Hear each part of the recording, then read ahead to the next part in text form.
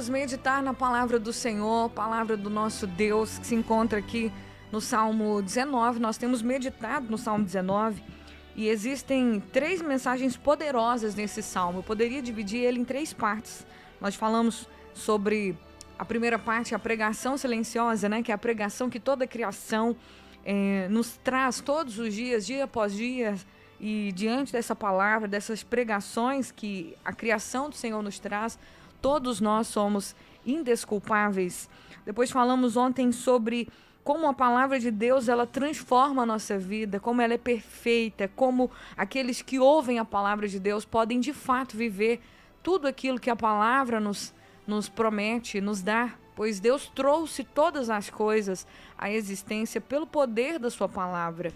Quando nós cremos nas Escrituras, para o mundo até podemos parecer loucos, mas diante de Deus vivenciamos o poder que o Senhor nos dá através da sua palavra. E hoje aqui nos últimos versículos, a partir do versículo 12 do capítulo 19 do Salmo, diz o seguinte: quem pode entender os seus erros? O salmista diz: purifica-me, tu, dos que me são ocultos.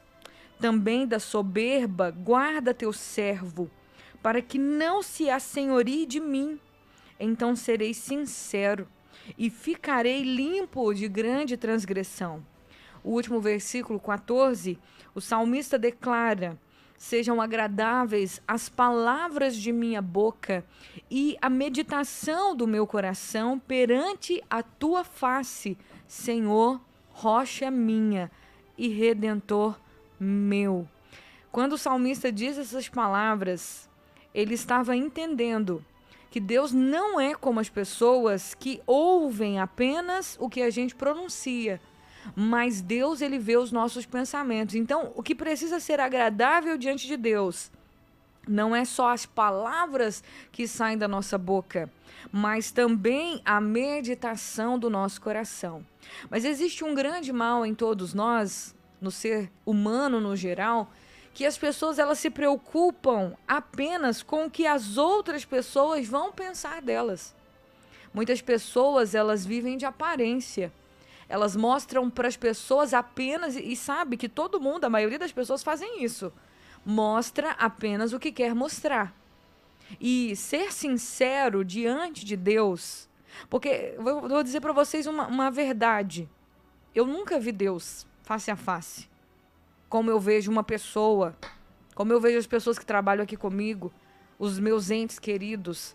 Eu nunca vi pessoalmente Deus, e muitos de nós cristãos vivemos uma vida com Deus apenas pela fé, acreditando, sabendo que Deus está ali, mas sem nunca visualizar o Senhor Jesus, fisicamente, com os olhos.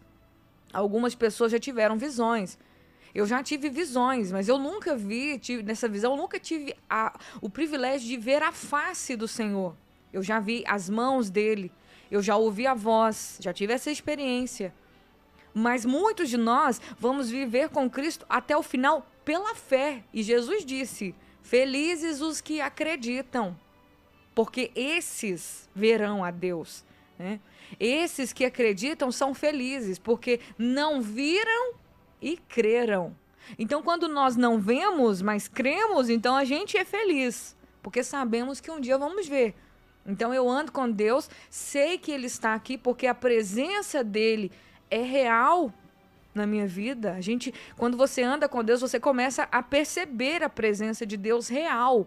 Você vê Deus cuidando de você nos mínimos detalhes. Mas é interessante nós compreendermos que, apesar de não vermos nunca a Deus face a face, vê-lo com os nossos olhos, nós precisamos ter em nós o temor da presença de Deus que enche os céus e a terra. A presença de Deus está em todos os lugares. Não é porque eu não vejo a Deus com os meus olhos humanos, não é porque eu não toco em Deus com as minhas mãos humanas, não é porque eu não apalpo Ele, o braço dele, não significa que Ele não esteja aqui e que Ele não esteja vendo. Então nós erramos muitas vezes por não ter esse senso de temor. sabendo que Deus está em todos os lugares e em toda a nossa vida. Então a gente precisa ter esse respeito para com o Senhor na hora de falar, na hora de escolher as palavras, porque tem palavras que a gente fala que ofendem a Deus. Tem palavras que a gente fala que não são agradáveis a Deus. E a gente precisa ter esse cuidado, não só quando eu estou entre a irmandade, quando eu estou entre as pessoas, mas quando eu estou sozinho, eu preciso ter esse cuidado de dizer as palavras que agradam a Deus, as que são agradáveis ao Senhor. E não só as palavras, mas diz o salmista, a meditação do coração. Isso significa os pensamentos, as intenções. Porque por trás de tudo que fazemos, falamos e fazemos, tem uma intenção, tem um pensamento. Muita gente fala uma coisa, mas está sentindo outra. Muita gente faz uma coisa e está sentindo outra. Muita gente fala, fulano, faz um favor para mim. Faço, vai lá e faz. Mas dentro do coração tá assim, ó, por quê? Que raiva. Nossa, eu não queria estar fazendo isso, que ódio. Fulano, lava o banheiro para mim, lavo. Tá lá lavando o banheiro, mas dentro do coração tá assim, que raiva. Que miserável. Só eu que faço as coisas nessa vida, nesse lugar, nessa casa. E aí Deus está vendo as motivações, Deus está vendo os pensamentos. Então é isso que a gente precisa, viver, andar com Deus, é andar debaixo desse temor. É andar, é saber que em tudo que eu estou fazendo, Deus está, a presença dele está aqui em minha volta. Então eu não tenho que ficar temendo o que as pessoas vão pensar de mim. Eu preciso ter medo e temer. E eu falo temer no sentido de respeito. Eu preciso temer a Deus.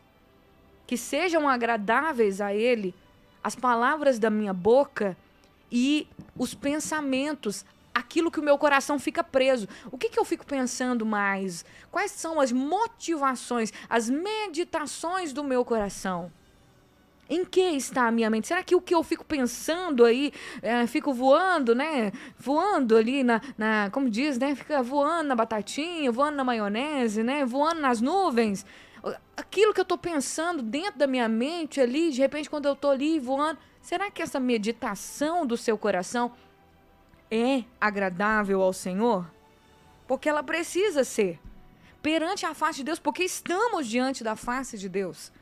E nós precisamos pensar nisso. Então o salmista ele já começa dizendo, quem é que pode entender os seus erros? E a gente precisa entender os nossos erros. A gente precisa entender os nossos erros e pedir a Deus que nos purifique até dos pecados ocultos. Aqueles que muitas vezes a gente acostumou com eles. Existem pecados que são pecados de estimação. Esses nós precisamos arrancar como um trator que pega pela raiz, porque são pecados que muitas vezes as pessoas convivem com ele a vida inteira. Como a fofoca, a mentira, o engano. São coisas que a gente precisa arrancar, porque acostumou tanto passar os outros para trás, ser corrupto. Gente, tem tanto crente corrupto. Corrupto como, Poliana? Busca seus próprios interesses e não do outro. Faz tudo para ter vantagem. Ele não pensa como Jesus pensa. Ele pensa em si mesmo, só em si mesmo, extremamente egoísta. Quantos precisam arrancar o pecado do egoísmo, da ganância, da vaidade, de satisfazer as próprias vontades e paixões? Jesus nos chama para a cruz. Cruz é morte, renúncia, sacrifício. Eu digo não. Não para o pecado, não para este mundo, não para esse estilo de vida pecaminoso, e sim para a glória de Deus, para andar na santidade, no amor, no temor, sabendo que o Deus que me deu a vida, que trouxe tudo à existência, Ele vai cumprir a sua promessa de nos buscar e de nos levar com Ele para a glória. Então é nisso que nós precisamos crer. É nisso que nós precisamos focar, colocar os nossos olhos nesse grande amor de Deus.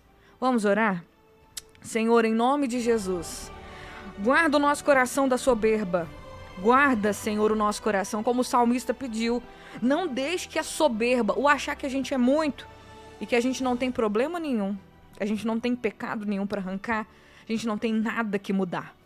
Senhor, não permita que ela nos tome posse, não permita que ela se assenhorie de nós, mas nos livra do pecado, nos livra do engano do pecado, nos livra